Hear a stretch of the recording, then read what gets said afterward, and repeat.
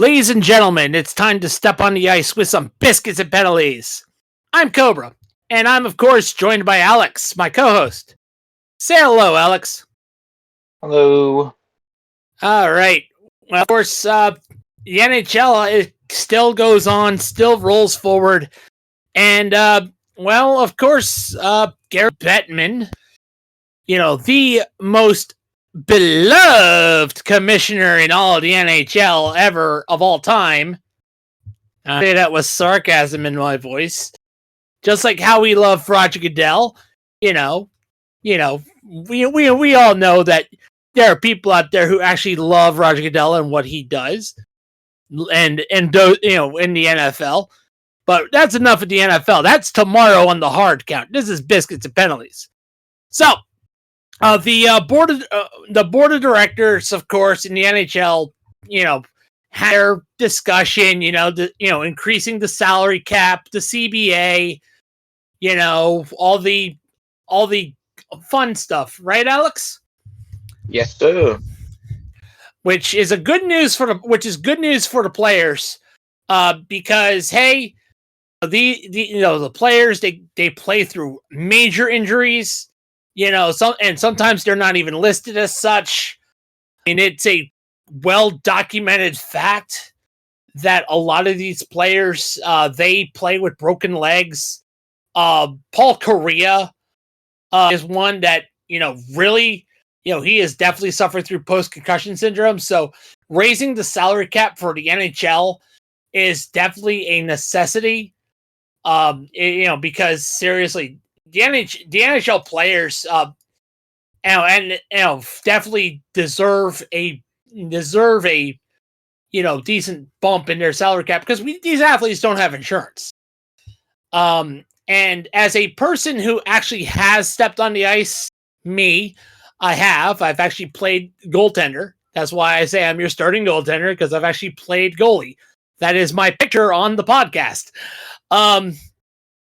And I can actually tell you that even as beer leaguers, when they on the ice, it's fast. It's a lot of speed. So good move on the NHL for increasing the salary cap and extending the CBA. So we won't have a strike. Alex, anything you would like to add on this? Also, what I'm reading is that he is planning to have the CBA contract extended potentially as early as the Stanley Cup Finals in 2025, and also talking about the Olympics and potentially building stadiums specifically for hockey for the Olympics and future endeavors with hockey being involved in the Olympics. Right. And when that happens, they're definitely talking about expansion, which is another thing that they discussed as well. The NHL, has an addiction to expansion. I swear they do.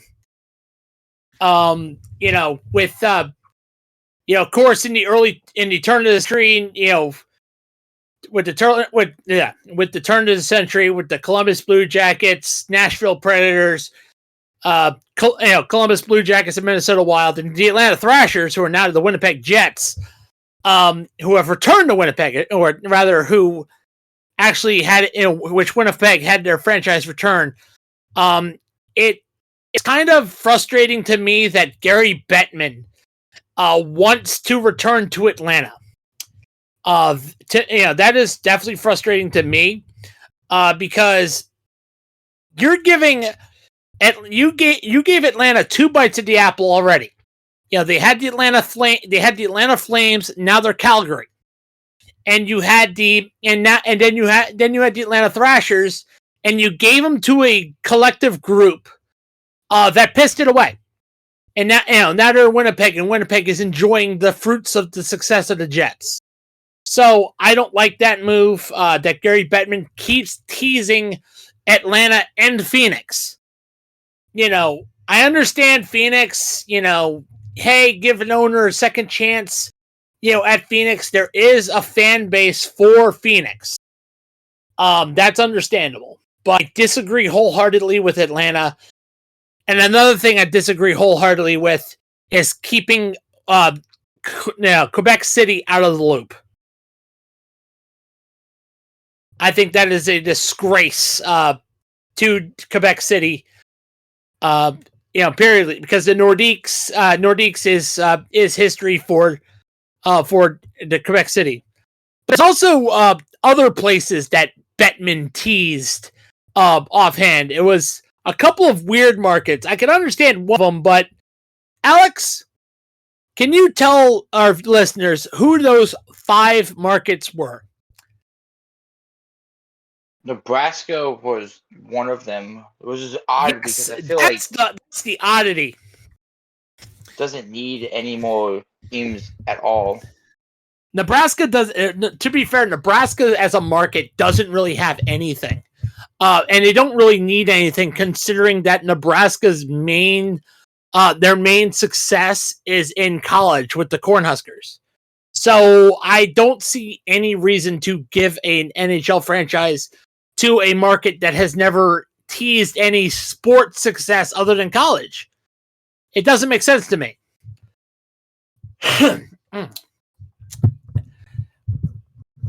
Alex? I do understand some of them. On some of these cities, though.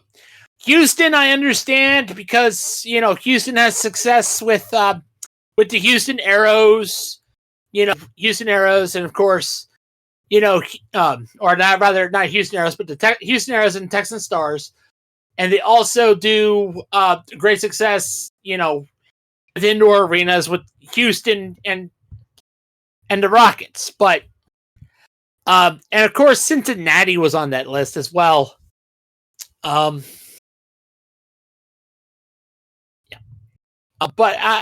and which I can kind of understand Cincinnati give Columbus an in-state rival, which in-state rivalry is always fun. But this is what I want to ask you, Alex. Yes. If we were to expand the NHL, let's say we were given a city to expand to, where would you go? Ooh, that's a hard question. I think I would consider maybe give Michigan a team, maybe Wisconsin. Michigan has Detroit, so no, that doesn't fly. Oh, okay. Yeah. Probably so you can't. Wisconsin. So like Milwaukee would probably be a good one. And then maybe another Colorado team try to advance on the success of the Avalanche being Stanley Cup champions over in Colorado. Maybe have like another state rivalry there. I could see that, but I also couldn't as well because the Colorado Avalanche do so well. So I couldn't see it. I kind of can't. I will say that, you are in the right direction per se of going west to kind of skew the balance a little bit, and going more southern. Even though, there are a pretty decent clip of West Coast teams out there. But I will openly say that, I agree with you, Alex. Maybe there could be a little bit more. You could go a little bit centralized in OKC with the Oklahoma City. You could go to Portland. Portland is a very good sports market out there. Obviously with the Trailblazers, with the Oregon Ducks, Oregon has pedigree there, and there is a budding sports market there. Just people need to, give it a chance and not kind of make Oregon boring. But it is there.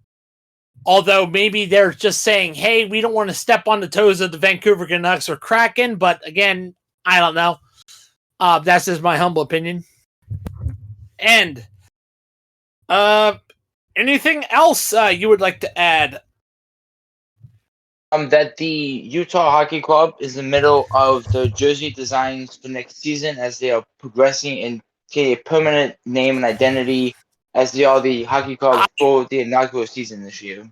Yes, and not gonna lie, I'm gonna say I hope they keep the colors. The colors that they have are clean. I mean, it's something that, powder blue has always looked good on jerseys. Columbus has proven that powder blue, as not as a main color, but as an accent color, just screams. Just actually makes everything scream clean. And also the Florida Panthers reverse retro that they had, their inaugural reverse retro it was awesome. I will openly say that it was awesome, and the Seattle Kraken has proven that if light blue, that light blue as an accent color does work, in a main jersey. So there's that. So I hope this. I hope that Utah doesn't fumble the puck. I hope they don't. Because seriously, don't make it's your identity. Utah Hockey Club is lame as shit. And all I hate to say that, it should only be known as football team, hockey club, or anything else if they're trying to rebrand. And obviously, but it shouldn't be a long-term solution. Dan Snyder. Yeah, I was going to say that. I know that from experience. Yep. I swear I need to send you a shirt that says Snyder Survivor. But again, enough about football. Enough about football. That's tomorrow on the hard count. We need to get to the NHL because of course the road to lifting Lord Stanley's Cup is long and arduous, and we haven't even left December yet. And let's get to the standings. So in the Atlantic Division, the current leader is, of course, the Toronto Maple Leafs. And they are 18-9-2, 38 points. And all I got to say is, I'm yawning at this. This is a yawn. Because we all know that the Toronto Maple Leafs will be eliminated in the first round by Boston. Then you have the Florida Panthers, 18-10-2, 38 points. There's the Boston Bruins, 15-13-3, 33 points. The Tampa Bay Lightning experiencing a little bit of struggle here, 15-10-2, 32 points. Ottawa Senators, 13-13-2, 28 points. You feel bad for Linus Ullmark because this is what happens when you chase the bag. I don't feel bad for him chasing the bag. You got families. You got a family to feed. Yeah, family to feed, bills to pay. Yeah, but you just feel bad for him because the defense over in Ottawa is just meh. Then you have the Detroit Red Wings, 11-14-4, 26 points. Clearly, the Yzer plan is not working. You have the Buffalo Sabres, 11-14-4, 26 points. That's not good for Buffalo. And the Montreal Canadiens, 11-15-3, 25 points. They're last in the Atlantic Division of the Eastern Conference. They're having goaltending woes in Montreal, which is very rare for Montreal. Normally, that's their strength. History of goaltending with Montreal is high. Of course, with Ken Dryden, Patrick Waugh, and Carey Price, but it's just goaltending woes are definitely showing in Montreal. Now in the Metropolitan Division, we have at the top the Washington Capitals. In the words of Skip Bayless, all they do is win. 26-2, 42 points. You have the New Jersey Devils, 19-10-3, 41 points. We have at Raleigh, the Carolina Hurricanes, 18-9-1, 37 points. You have the Philadelphia Flyers, 14-12-4, 32 points. Very interesting. That is very interesting, not going to lie. You have the New York Rangers, 15-12-1, 31 points. You have the Islanders also with 31 points, but they are 12-12-7. The Pittsburgh Penguins, 14-14-4, 30 points. And the Columbus Blue Jackets, 12-13-4, 28 points. And all I got to say about Columbus is you got to feel for them, because I know they're trying, but you know they would do better with Johnny Gaudreau. That's the sad part about it. They would be doing a lot better with Johnny Gaudreau. I definitely have to say that.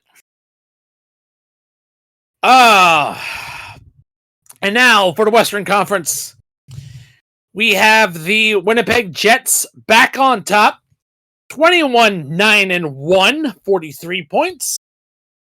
The Minnesota Wild at 42 points, 19-6-4. The Dallas Stars, 17-11. No overtime losses, so 34 points. The Colorado Avalanche, 17-14, 34 points. Hey, the Utah Hockey Club's here. 13-11-5, 31 points. So that definitely tells me that future is bright when the rebrand happens for Utah. You have the St. Louis Blues, 14-14-2, 30 points. You have the Nashville Predators, who strangely are rebounding, 8-16-6, 22 points. And the Chicago Blackhawks, who are wasting Connor Bedard, 9-18-2, 20 points.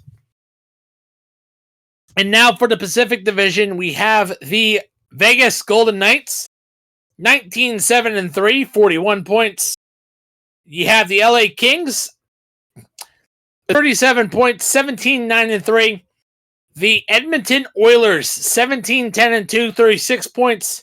The Vancouver Canucks, 15-8-5, 35 points.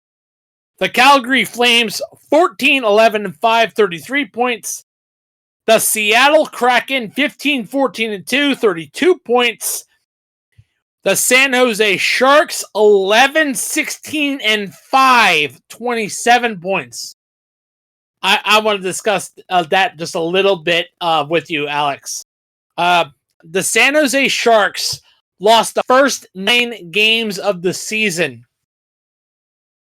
All right, let me remind everyone of that. They lost the first 9 games this season. And they are now 11-16-5. That is not bad at all, Alex. No, it's not. They did the opposite Jet. Yeah, they did the opposite of the New York Jets. They did not wait on Aaron Rodgers and start trading everything, So again, good on the Sharks. But again, back to hockey. And of course, at the final one is the Anaheim Ducks, 10-14-4, 24 points. Hey, at least the jerseys look good. Not gonna lie. All right. And that is it for the recap for the standings. Let's talk about the games. Let's talk about the games of the weekend. Which of course right now today at least, the Hurricanes and Senators are currently playing. They're the only game playing tonight. But so tomorrow is definitely going to be full of tomorrow and Sunday is going to be full of hockey. I think this was very superstitious. It is December 13th. It's a Friday. So, what goes on Friday the 13th. Oh, yeah. Yep. It is hockey related. Friday the 13th. Jason, come on. All right. So So tomorrow, we have the Blackhawks, Devils, Kings, Rangers, Flyers, Wild, Golden Knights, Oilers, Canadiens, Jets, Penguins, Senators, Ducks, Blue Jackets, Sabres, Capitals, Maple Leafs, Red Wings, Blues, Stars, Predators, Avalanche, Panthers, Flames, Lightning, Kraken, Bruins, Canucks, Utah, and San Jose. And then Sunday, there's only 5 games with the Islanders, Blackhawks, Sabres, Maple Leafs, Blue Jackets, Hurricanes, Rangers, Blues, Golden Knights, and Wild. So, Alex, pick 3 games. I want you to pick 2 games for tomorrow and 1 game for Sunday. All right? What games are you looking forward to this weekend? Montreal Canadiens and the Winnipeg Jets. Battle of Canada. Love that.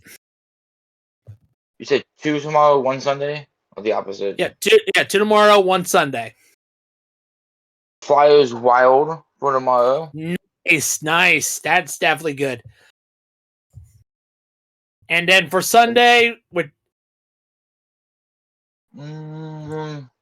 Golden Knights, Wild, why not? And then the Rangers and the Blues. Yeah. You only needed to pick 1, man. You only needed 1. Oh, my bad. Didn't need 2. It's all right. I got you. All right.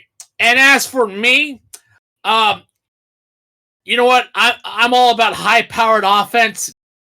Give me the Golden Knights and the Oilers. And give me this. Give me a classic rivalry, an original rivalry with the Maple Leafs and Red. And as for Sunday, you know what? Give me Sabres and Maple Leafs. That's another classic rivalry. I like that.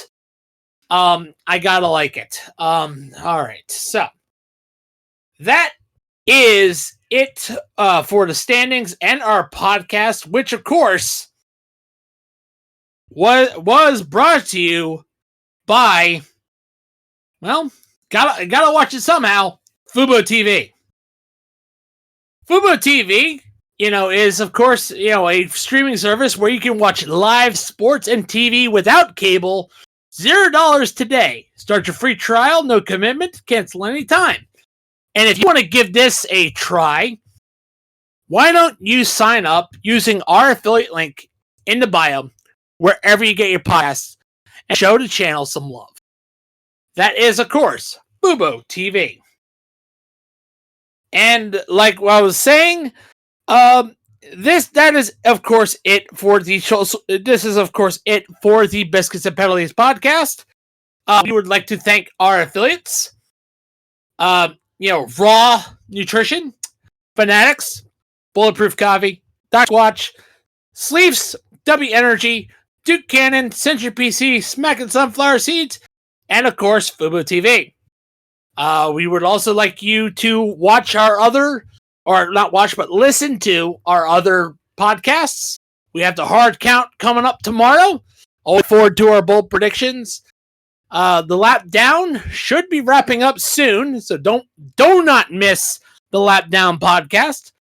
And of course, the Dirt and Turf baseball podcast, which will definitely happen as the next year approaches. We of course like to thank Alex for stepping on the ice with me one more time for a little bit of a shootout here. So I would like to thank all the listeners for listening. I'm Cobra, and as we step on the ice, we'll see you next time.